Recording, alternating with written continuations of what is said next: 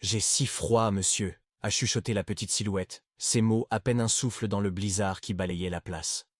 L'homme, enveloppé dans un manteau valant plus que ce que la famille de cet enfant gagnerait en une décennie, s'est figé.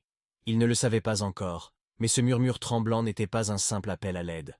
C'était l'écho d'un secret enfoui, une injustice vieille de plusieurs décennies, qui allait faire s'effondrer son empire et le forcer à choisir entre sa fortune et son âme. Regardez cette vidéo jusqu'à la fin pour découvrir le secret incroyable qui lie ces deux destins. Après, dites-moi dans les commentaires quelle note, de 0 à 10, vous donneriez à cette histoire. Et si elle vous touche, abonnez-vous à la chaîne pour soutenir mon travail. Je compte vraiment sur vous. L'histoire se déroule à Lyon, durant les semaines glaciales qui précèdent Noël. La ville, d'ordinaire si vivante, était paralysée sous un linceul de neige épaisse. Les lumières de la fête des Lumières tentèrent de réchauffer les cœurs. Mais un froid mordant s'infiltrait partout, dans les ruelles pavées du vieux Lyon comme dans les appartements haussmanniens du 6e arrondissement. C'était une ville de contrastes violents. La richesse opulente des vitrines de la presqu'île faisait face à la misère silencieuse qui se terrait dans l'ombre des traboules. L'atmosphère était mélancolique, presque tragique, mais traversée par une lueur d'espoir aussi fragile qu'une bougie vacillant dans le vent d'hiver. Au sommet de ce monde se tenait Antoine de Vaucresson, la cinquantaine élégante, héritier et dirigeant de Vaucresson Immobilier, un empire de pierre et de béton qui redessinait le visage de la ville. Il incarnait le succès. Son appartement immense offrait une vue imprenable sur le parc de la Tête d'Or. Ses costumes étaient taillés sur mesure à Londres. Sa réputation était celle d'un homme d'affaires implacable, un requin dans un monde de poissons. Mais derrière cette façade de réussite se cachait un homme brisé, un homme dévoré par un vide abyssal. 10 ans plus tôt, il avait tout perdu. Pas son argent, non, quelque chose d'infiniment plus précieux, sa fille unique, Camille. Un accident de voiture, une route verglacée, un moment d'inattention. Il était au volant, distrait par un appel professionnel, un de ces appels qui lui semblaient alors si importants. Depuis ce jour, Antoine n'était plus qu'un fantôme dans sa propre existence. Il continuait d'accumuler une fortune qui n'avait plus aucun sens, qui ne pouvait plus acheter le rire de sa fille. Ses journées étaient des rituels froids et mécaniques, réunions, signatures de contrats, dîners d'affaires. Ses soirées se ressemblaient toutes, seules dans le silence assourdissant de son appartement de luxe. Le seul bruit étant le tintement des glaçons dans son verre de whisky. Antoine de Vaucresson était un homme qui possédait tout, sauf la chaleur d'un foyer. À l'autre bout de la ville, et à l'autre bout du spectre social, vivait Léa. Une petite fille de 7 ans. Elle était frêle, avec de grands yeux sombres qui semblaient porter toute la tristesse du monde. Elle vivait avec sa grand-mère, Élise, dans un vieil immeuble délabré sur les pentes de la Croix-Rousse. Ce quartier historique d'artistes et d'artisans, aujourd'hui menacé par l'appétit féroce des promoteurs. Léa était une enfant silencieuse. Elle ne jouait pas beaucoup, ne riait pas souvent. Elle passait ses journées à dessiner sur des bouts de papier et à serrer contre elle son seul et unique trésor. Un petit oiseau en bois, usé par le temps et les caresses. Ce que personne ne savait, c'est que cet oiseau n'était pas un simple jouet, c'était un héritage. Un symbole silencieux d'une injustice passée qui liait, sans qu'ils en aient la moindre conscience, le destin de cet enfant à celui du millionnaire solitaire. L'antagoniste de cette histoire n'était pas un étranger, mais une force insidieuse et familière. Frédéric Dubois, le cousin et directeur des opérations d'Antoine.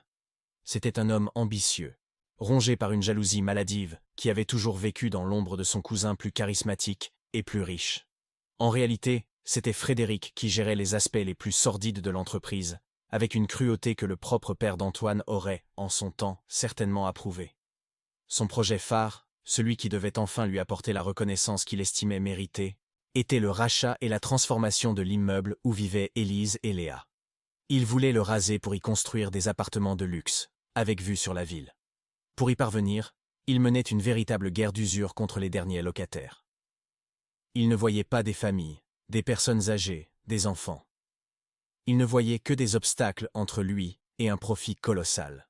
Ses méthodes étaient vicieuses. En plein cœur de cet hiver glacial, le chauffage de l'immeuble tombait mystérieusement en panne et n'était jamais réparé. Les fuites d'eau dans les plafonds étaient ignorées.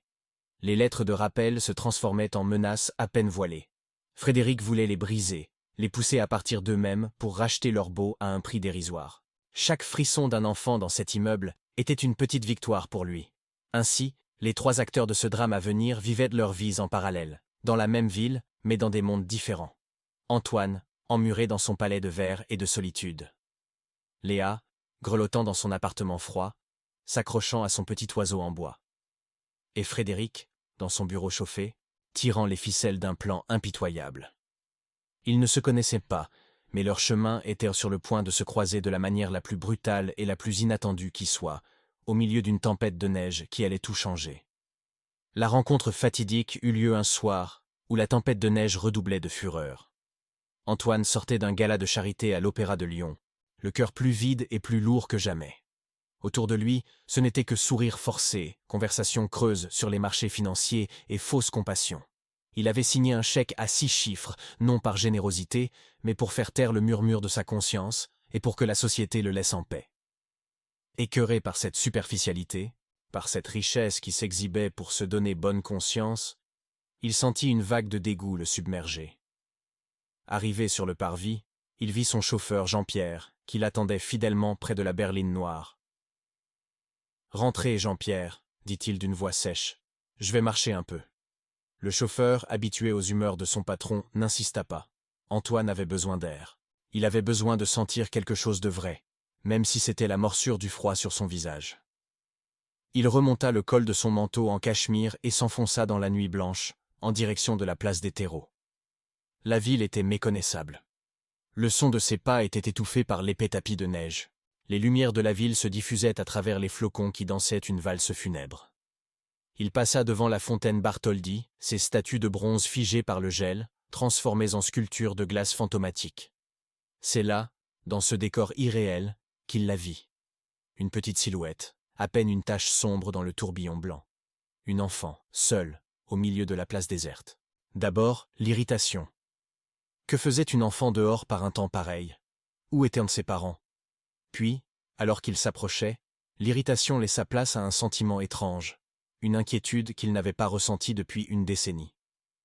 La petite fille tremblait de tous ses membres, vêtue d'un anorak bien trop fin, ses petites mains nues et rougies par le froid. Elle leva les yeux vers lui, de grands yeux sombres qui semblaient contenir toute la misère du monde. Et c'est alors qu'elle murmura les mots qui allèrent faire s'effondrer son univers.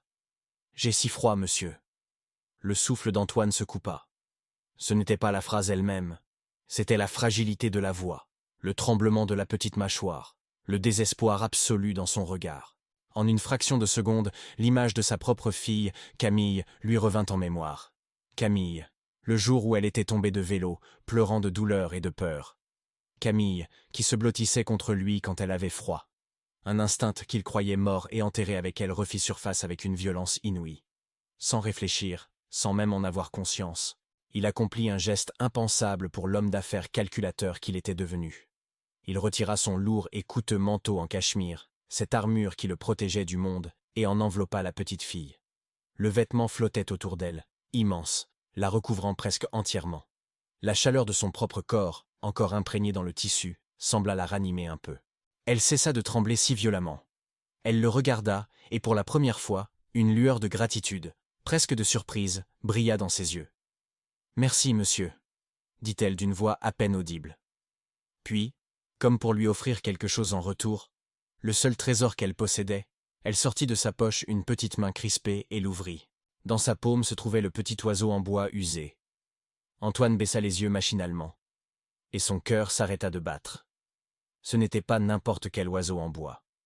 Le style de la sculpture, la façon dont les ailes étaient naillées d'un seul coup de couteau expert, la courbe délicate de la tête, le grain du bois de noyer. C'était une signature qu'il connaissait intimement. C'était la main de son père. Pas le magnate de l'immobilier impitoyable qu'il était devenu, mais l'homme d'avant. Le jeune homme qui, dans sa jeunesse, avant que l'ambition ne dévore son âme, passait des heures dans un petit atelier à sculpter ces mêmes oiseaux, pour le simple plaisir de créer quelque chose de beau. Des souvenirs qu'Antoine avait enfouis au plus profond de sa mémoire remontèrent à la surface. L'odeur de la sciure, le son du couteau sur le bois, les mains de son père, fortes et douces à la fois, donnant vie à un simple morceau de noyer. Il se figea, le regard fixé sur l'objet. Le vent glacial, la neige, le gala de charité, tout avait disparu. Il n'y avait plus que cet oiseau, ce fantôme de son passé, dans la main d'une enfant inconnue. Il releva lentement la tête, son regard se posant sur Léa avec une intensité nouvelle. Ce n'était plus de la pitié qu'il ressentait, ni même de l'instinct paternel. C'était un trouble profond, une confusion totale. Pourquoi? Comment cet enfant, visiblement issu de la pauvreté la plus totale, pouvait-elle posséder un objet qui semblait tout droit sorti des profondeurs oubliées de son histoire familiale? Qui était-elle? Et quel lien secret et invisible la rattachait à la famille de Vaucresson? Cette question, simple et terrible, venait de faire voler en éclats la forteresse de glace qu'il avait mis 10 ans à construire autour de son cœur. L'enquête venait de commencer, et il ne savait pas encore qu'elle le mènerait sur les traces du péché originel sur lequel toute sa fortune avait été bâtie. Antoine se secoua de sa torpeur. Le froid mordant le ramena à la réalité. Devant lui se tenait une enfant frigorifiée, une enfant qui tenait dans sa main un éclat de son propre passé. Il s'agenouilla, ignorant la neige qui s'infiltrait dans son pantalon de costume. « Comment t'appelles-tu » demanda-t-il, sa voix plus douce qu'il ne l'avait entendue depuis des années. « Léa » répondit-elle timidement. « Et où habites-tu, Léa ? Il faut que je te ramène chez toi. Ta famille doit être morte d'inquiétude. » Elle lui indiqua une direction vague, vers les pentes de la Croix-Rousse. Antoine la prit délicatement par la main, une main si petite et si froide dans la sienne. Il la guida vers l'endroit où il avait laissé sa voiture, garée un peu plus loin, heureusement à l'abri du blizzard. Le silence dans la berline luxueuse n'était rompu que par le sifflement du chauffage poussé au maximum. Léa, toujours emmitouflée dans le manteau géant, regardait par la fenêtre les rues blanches défiler, les yeux grands ouverts. Antoine, lui, jetait des coups d'œil furtifs à l'oiseau en bois qu'elle serrait toujours dans sa main. Chaque courbe de l'objet était une question qui lui brûlait l'esprit.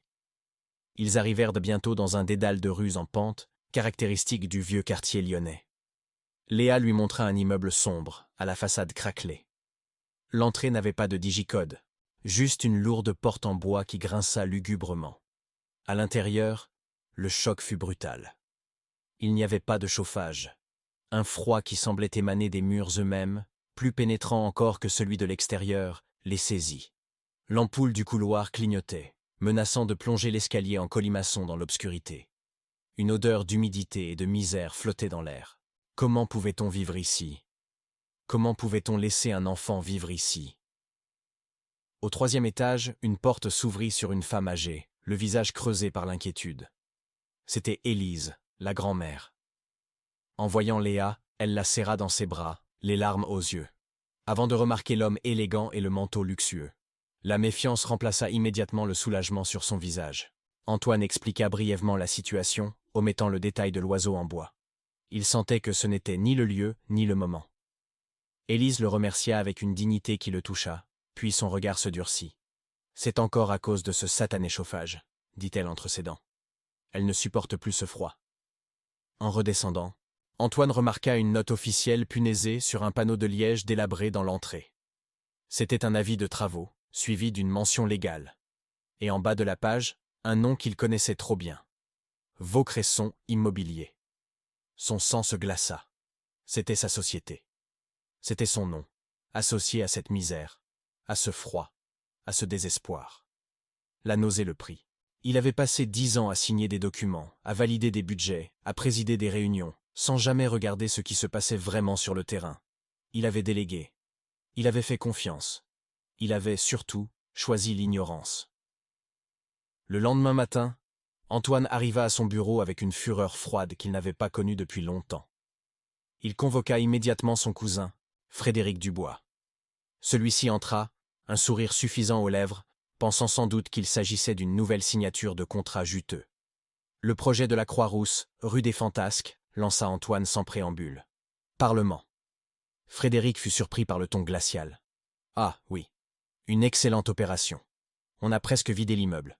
Plus que quelques locataires récalcitrants, et des vieux qui s'accrochent. Mais ne t'en fais pas, on s'en occupe. Une question de semaine. On s'en occupe comment, Frédéric, en coupant le chauffage en plein hiver? Le sourire de Frédéric s'effaça. Antoine, c'est le jeu.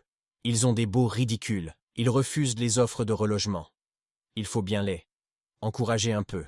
C'est comme ça que père nous a appris à faire des affaires. Pas de sentiments. Mon père n'aurait jamais laissé une enfant de 7 ans grelotter dans un appartement glacial, rétorqua Antoine, sa voix tremblante de colère contenue. Frédéric eut un petit rire méprisant. Une enfant? Tu te laisses attendrir par une gamine? Antoine, réveille-toi. C'est un investissement de plusieurs millions d'euros. On ne va pas tout risquer pour les beaux yeux d'une locataire qui ne paie même pas son loyer à temps. D'ailleurs, comment connais-tu ce détail? Antoine ignora la question. Je veux que le chauffage soit rétabli, aujourd'hui. Et je veux voir le dossier complet de cet immeuble. Tous les baux, toutes les lettres envoyées, tout. Le visage de Frédéric se ferma. La jalousie et la suspicion brillèrent dans ses yeux. Pourquoi cet intérêt soudain? C'est mon projet, je le gère. Tu m'as toujours laissé les mains libres pour ce genre de nettoyage. Ne viens pas tout gâcher maintenant. Les investisseurs nous regardent. Un scandale nous coûterait une fortune. La menace était claire. Frédéric ne le laisserait pas faire. Il protégeait son précaré, et peut-être plus encore. Antoine comprit qu'il n'obtiendrait rien de lui. Il se heurtait à un mur qu'il avait lui-même contribué à bâtir en fermant les yeux pendant des années. Il quitta le bureau, laissant Frédéric furieux et perplexe. Il savait qu'il devait agir autrement. Il devait retourner à la source. Il devait parler à Élise, la grand-mère de Léa. Il devait comprendre. Pas seulement pour le chauffage, pas seulement pour la cruauté de son entreprise, mais pour cet oiseau en bois. Ce petit objet était devenu la clé d'un mystère bien plus profond. Plus tard dans la journée, il retourna à l'immeuble de la Croix-Rousse, non plus en homme d'affaires pressé, mais en simple visiteur. Il frappa à la porte d'Élise. Elle l'ouvrit avec la même méfiance que la veille. « Je suis venu prendre des nouvelles, » dit-il doucement, « et m'excuser. L'entreprise qui possède cet immeuble est la mienne. Je n'étais pas au courant de la situation. » Élise le dévisagea, ses yeux scrutant les siens, cherchant la sincérité. « Vaucresson, » murmura-t-elle, comme si le nom avait un goût amer. « Je me disais bien que ce nom ne m'était pas inconnu. » Elle le laissa entrer. L'appartement était petit, mais impeccablement tenu. Sur une petite table, Léa était assise en train de dessiner. Antoine sortit de sa poche un petit carnet et un crayon de qualité. Il le tendit à la petite fille. « Pour toi, Léa. Pour que tu puisses dessiner sur de plus belles pages. » Les yeux de Léa s'écarquillèrent. Un carnet neuf, avec des pages blanches et lisses, et un vrai crayon qui ne se casserait pas. C'était un luxe qu'elle n'aurait jamais osé imaginer.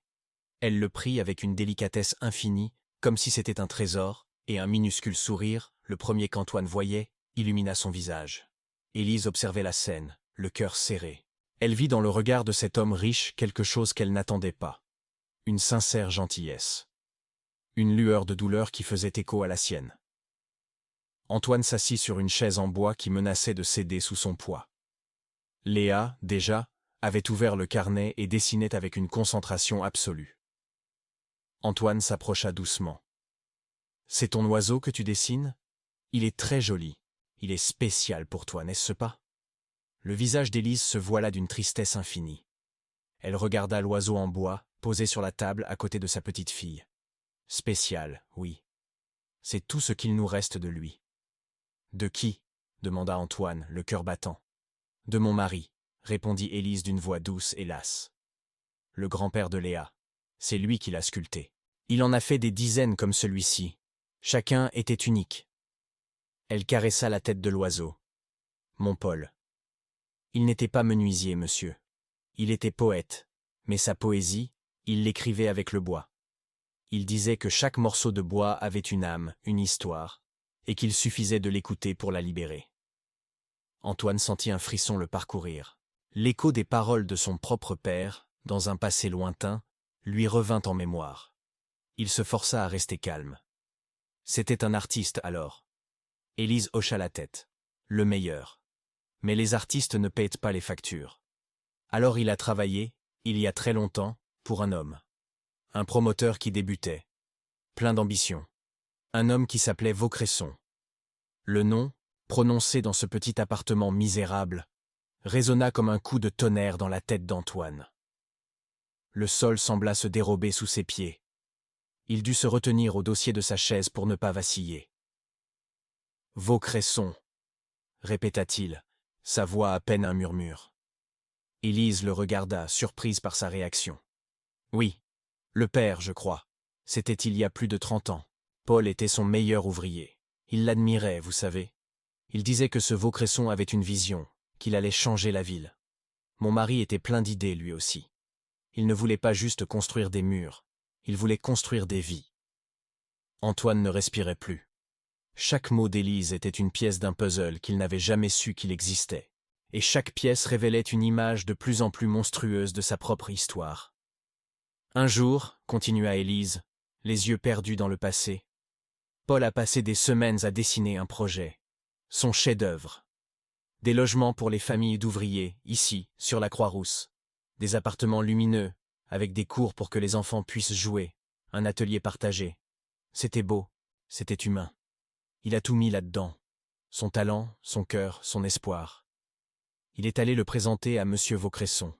Il était si fier, si excité. Elle fit une pause, et une larme roula lentement sur sa joue ridée. Une semaine plus tard, il a reçu une lettre. Il était licencié. Sans explication. Sans un mot. La porte s'est fermée. Monsieur Vaucresson n'a plus jamais répondu à ses appels. L'air dans la pièce était devenu irrespirable. Antoine voyait la scène. Il voyait son père, cet homme qu'il avait à la fois craint et admiré. Cet homme dont il avait hérité l'Empire, mais aussi, comprenait-il maintenant, le péché.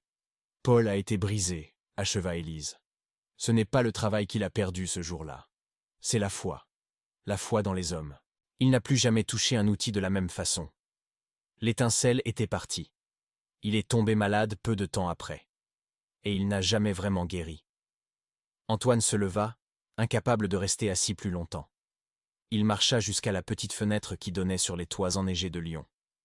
La cruauté de Frédéric, les pannes de chauffage, les menaces. Ce n'était pas une dérive, c'était une tradition. Un héritage de mépris et de cupidité, transmis de père en fils. Sa fortune, son nom, son appartement avec vue sur le parc. Tout cela était peut-être bâti sur les ruines du rêve d'un homme bon. À cet instant précis, on frappa violemment à la porte. Le son brutal fit sursauter Léa. Élise se crispa, son visage se figeant dans une expression de peur et de résignation. Elle alla ouvrir. Sur le palier se tenait un homme en costume sombre, un huissier de justice, le visage impassible. Il tendit une enveloppe à Élise. « Dernier avis avant expulsion, madame. Vous avez 48 heures. » La brutalité de la scène, venant juste après le récit poignant d'Élise, fit exploser quelque chose en Antoine. La colère, la honte, la culpabilité de 10 ans de silence et d'apathie fusionnèrent en une force nouvelle et glaciale. Il s'avança, se plaçant entre l'huissier et la vieille dame tremblante. « Cette femme ne partira nulle part, » dit-il d'une voix basse et dangereuse que l'huissier ne reconnut pas. L'homme le toisa. « Et vous êtes qui pour vous en mêler ?» Antoine le regarda droit dans les yeux. « Je suis Antoine de Vaucresson, le propriétaire de cet immeuble. Et à partir de maintenant, c'est à moi que vous vous adresserez. Ce harcèlement est terminé. Est-ce que c'est bien clair ?» L'huissier blêmit. Il bafouilla des excuses, récupéra son enveloppe et déguerpit dans l'escalier comme s'il avait vu un fantôme. Antoine se retourna vers Élise. Pour la première fois, il ne voyait pas seulement une locataire, mais la gardienne d'une vérité qui pouvait soit le détruire, soit le racheter. Il savait que le combat ne faisait que commencer. Ce n'était plus une question de chauffage ou de charité. C'était une question de justice. Une justice due depuis 30 ans. Ce soir-là, en rentrant dans son appartement silencieux, Antoine comprit que le fantôme qui le hantait n'était pas seulement celui de sa fille. C'était aussi le fantôme d'un homme brisé, un artiste du nom de Paul, dont le rêve avait été volé pour paver la première pierre de l'Empire Vaucresson. Cette nuit-là, Antoine ne dormit pas. Le silence de son appartement, autrefois simple compagnon de sa solitude, était devenu accusateur. Chaque objet de luxe, chaque mètre carré de son penthouse semblait lui crier l'injustice sur laquelle sa vie était bâtie. Il ne pouvait plus fuir. Il devait savoir toute la vérité. Le lendemain, il n'alla pas au bureau. Il annula toutes ses réunions, aux grandes dames de Frédéric qui l'appela, furieux, pour lui parler des investisseurs qui s'impatientaient. Antoine l'écouta à peine. Il avait une quête plus importante. Il se rendit dans la pièce la plus reculée de son appartement, une sorte de bureau-bibliothèque qui avait appartenu à son père et qu'il n'avait jamais touché depuis sa mort. C'était un sanctuaire figé dans le temps, rempli des vestiges d'un homme qu'il réalisait n'avoir jamais vraiment connu. L'odeur de papier jauni et de cuir séché flottait dans l'air. La poussière dansait dans le faible ray de lumière qui filtrait à travers les lourds rideaux de velours. Il commença à chercher sans savoir exactement quoi. Il ouvrit des tiroirs, feuilleta de vieux registres comptables, examina des plans d'architectes jaunis par le temps. Des heures passèrent. Il ne trouva rien qui corrobore l'histoire d'Élise. Un doute commença à s'insinuer en lui. Et si elle avait tout inventé? Si c'était l'histoire amère d'une femme cherchant un coupable à son malheur? Mais l'image de l'oiseau en bois, la signature si familière de la main de son père, revenait sans cesse le hanter. C'était la seule preuve tangible, le seul fil qui reliait ces deux mondes. Alors qu'il allait abandonner, sa main effleura une rangée de livres sur une étagère inférieure. L'un d'eux était légèrement différent des autres. Ce n'était pas un livre relié, mais un simple carnet de croquis à la couverture de cuir sombre, sans aucun titre. Poussé par une intuition, il le prit. Le cuir était usé, doux sous ses doigts. Il l'ouvrit. Le choc fut instantané. Les premières pages étaient remplies de dessins. Des dizaines et des dizaines de dessins d'oiseaux en bois. Les mêmes courbes, les mêmes ailes taillées d'un seul geste, les mêmes têtes délicates. C'était bien la main de son père. Chaque page était une confirmation, un coup de poignard dans le cœur d'Antoine. Il tourna les pages, le souffle court, et puis il tomba sur autre chose. Des plans. Pas les plans froids et techniques qu'il avait l'habitude de voir. C'étaient des esquisses pleines de vie, dessinées à la main, avec une passion évidente. Il reconnut immédiatement le style du quartier de la Croix-Rousse. Le projet était là, sous ses yeux, exactement comme Élise l'avait décrit. Des immeubles à taille humaine, des cours intérieures verdoyantes où des silhouettes d'enfants jouaient, un atelier d'artisans au rez-de-chaussée. C'était un projet visionnaire, social, humain. Et en bas de chaque page, une signature élégante, Paul Mercier. Le nom du grand-père de Léa. Antoine sentit une nausée violente le submerger. Il continua de feuilleter, les mains tremblantes. Quelques pages plus loin, il trouva ce qu'il redoutait le plus. Une note, écrite de la main ferme et autoritaire de son père, à côté d'une copie simplifiée et déshumanisée des plans de Paul Mercier. Les mots étaient froids, chirurgicaux. Idée intéressante. Structure à optimiser pour rentabilité maximale. Retirer les fioritures sociales à réadapter. À réadapter. Ce simple mot contenait toute l'horreur de la vérité. Ce n'était pas une inspiration, c'était un vol, un pillage cynique et méthodique de l'âme et du travail d'un homme. Son père n'avait pas seulement licencié Paul Mercier, il lui avait volé son chef-d'œuvre, son espoir, et avait bâti sa fortune sur ce péché originel. Et Frédéric, avec son projet de luxe, ne faisait que perpétuer cette tradition familiale. Il n'était pas une exception, il était la règle. Antoine referma le carnet. Le silence de la pièce était assourdissant. Il avait la preuve irréfutable de la dette immense que sa famille avait envers celle de Léa. Une dette qui ne se mesurait pas en argent, mais en dignité et en vie brisée. Il comprit alors que son sacrifice devait être total. Il ne suffisait pas de rétablir le chauffage ou d'annuler une expulsion. Il devait rendre justice. Et pour cela, il devait exposer la fraude sur laquelle reposait l'intégralité de l'empire Vaucresson. Cela signifiait la honte publique, la perte de sa fortune, la trahison de la mémoire de ce père qu'il avait, malgré tout, admiré pour sa force et sa réussite. Pendant un instant, l'abîme s'ouvrit sous ses pieds. Il fut tenté de refermer le carnet, de l'enterrer à nouveau dans l'obscurité, de trouver un arrangement discret avec Élise et de continuer sa vie. Mais le visage de Léa lui apparut. Ses grands yeux sombres, si semblables à ceux de Camille. Il avait échoué à protéger sa propre fille. Il ne pouvait pas, il ne devait pas échouer à protéger celle-ci. Ce n'était plus un choix. C'était une obligation. Une rédemption. Il prit le carnet de croquis, son arme et son fardeau, et quitta la pièce. Il n'était plus l'héritier apathique d'une fortune maudite. Il était devenu le dépositaire d'une vérité qui allait tout détruire pour, peut-être, tout reconstruire sur des bases plus saines. Il appela son assistante. Organiser une réunion extraordinaire du conseil d'administration pour demain matin. Tous les investisseurs du projet Croix-Rousse doivent être présents. C'est une urgence absolue. Le combat final allait commencer. La salle du conseil d'administration était un aquarium de verre et d'acier surplombant la ville endormie. L'air y était glacial, malgré le chauffage. Les investisseurs, des hommes au visage fermé et aux costumes sombres, étaient installés autour de l'immense table en acajou. Frédéric, au centre, rayonnait. Il présentait son projet avec une assurance arrogante, jonglant avec les chiffres de rentabilité, les plans en 3D d'un luxe impersonnel défilant sur l'écran géant derrière lui. Il était à son apogée, savourant sa victoire imminente. La porte s'ouvrit doucement. Antoine entra. Il n'était pas en colère. Il était calme, d'un calme terrifiant. Il portait un simple pull en cachemire sombre, et tenait dans sa main le vieux carnet de croquis en cuir. Tous les regards se tournèrent vers lui. « Antoine !» lança Frédéric, irrité par l'interruption. « Tu es en retard. Je suis en train de conclure la présentation du projet qui va faire de nous les rois de Lyon. »« Ton projet, Frédéric ?» dit Antoine d'une voix posée qui porta dans tout le silence de la pièce. « Ou celui que notre père a volé à un homme bon il y a 30 ans ?» Un murmure parcourut l'assemblée. Frédéric blêmit. « De quoi tu parles?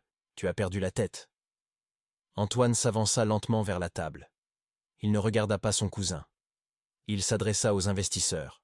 « Messieurs, ce que mon cousin vous présente comme une opportunité en or est en réalité la dernière page d'une histoire de cupidité et d'injustice.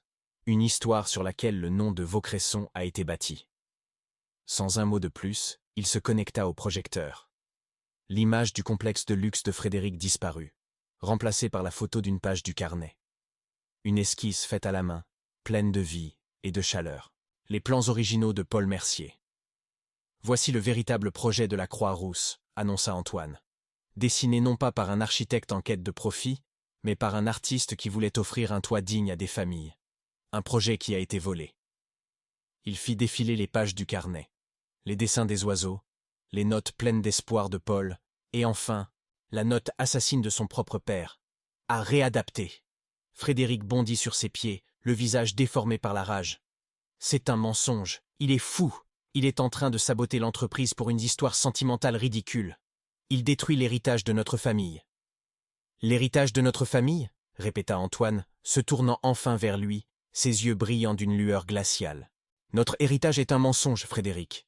Il est bâti sur les larmes d'une veuve et le rêve brisé d'un homme que nous avons détruit. Et tu as continué. Tu as harcelé sa famille, tu as coupé leur chauffage en plein hiver, tu as essayé de jeter sa petite fille à la rue. Voilà notre héritage. Le silence était total.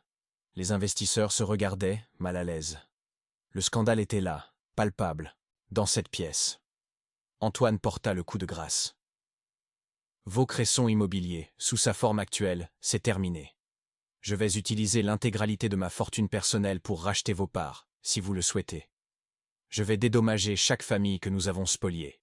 Et sur ce terrain, nous ne construirons pas une forteresse pour millionnaires. Nous construirons le projet de Paul Mercier. Nous lui rendrons justice. C'était un suicide professionnel. Un anéantissement public. Frédéric s'effondra sur sa chaise, vaincu, comprenant que tout était perdu. Les investisseurs, sentant le vent tourner et craignant pour leur propre réputation, commencèrent à ranger leurs affaires. Le règne des Vaucresson était terminé. Le dénouement fut une lente et humble reconstruction. Le scandale éclata, comme Antoine l'avait prévu. Le nom de Vaucresson fut traîné dans la boue. Mais au milieu des ruines de son ancien empire, Antoine se mit au travail. Il vendit son immense appartement avec vue sur le parc, ses voitures de luxe, sa vie d'avant. Chaque euro fut réinvesti dans le projet de la Croix-Rousse. Il ne dirigeait plus depuis un bureau au sommet d'une tour, mais depuis une simple baraque de chantier au milieu des ouvriers. Avec l'aide d'architectes sociaux et en consultant Élise à chaque étape, il donna vie au rêve de Paul Mercier. Des logements dignes, lumineux, avec une cour intérieure où les enfants pourraient jouer en sécurité. Et au rez-de-chaussée, un atelier partagé, ouvert aux artisans du quartier. Le printemps suivant arriva, chassant les derniers souvenirs de l'hiver glacial. La cour de l'immeuble, autrefois un terrain vague boueux, était maintenant un petit jardin fleuri. Antoine n'était plus en costume, mais en jean et en chemise, les mains pleines de terre. Il plantait des fleurs avec Élise, qui souriait comme il ne l'avait jamais vue sourire. Léa, qui avait retrouvé les couleurs de l'enfance, courut vers lui. Dans sa main, elle tenait un petit objet. Ce n'était pas l'oiseau usé de son grand-père, C'était un nouvel oiseau en bois, qu'elle avait peint de couleurs vives et joyeuses. « C'est pour vous, monsieur Antoine, dit-elle en le lui tendant. Antoine le prit avec une infinie précaution. Il avait perdu une fortune colossale, un empire, un nom. Mais en regardant le visage radieux de la petite fille et la gratitude dans les yeux de sa grand-mère, il sut qu'il avait gagné quelque chose d'infiniment plus précieux. Il avait retrouvé une âme, il avait trouvé une famille. Il avait enfin fait la paix avec le fantôme de sa fille, non en l'oubliant, mais en honorant sa mémoire par un acte de justice et de bonté. La vraie chaleur, comprit-il, ne venait pas d'un manteau en cachemire, mais des liens que l'on tisse et de la justice que l'on défend. Ce soir-là, sur le rebord de la fenêtre de l'appartement désormais chaleureux et rénové de Léa, le petit oiseau coloré veillait sur une ville de Lyon qui semblait enfin un peu moins froide. Si cette histoire vous a touché, d'une manière ou d'une autre, alors abonnez-vous à la chaîne. Je vous promets de vous apporter des histoires comme celle-ci aussi souvent que possible pour éclairer vos journées. Et maintenant, dites-moi dans les commentaires, de 0 à 10, quelle note cette histoire mérite-t-elle? Je lis absolument toutes vos réponses.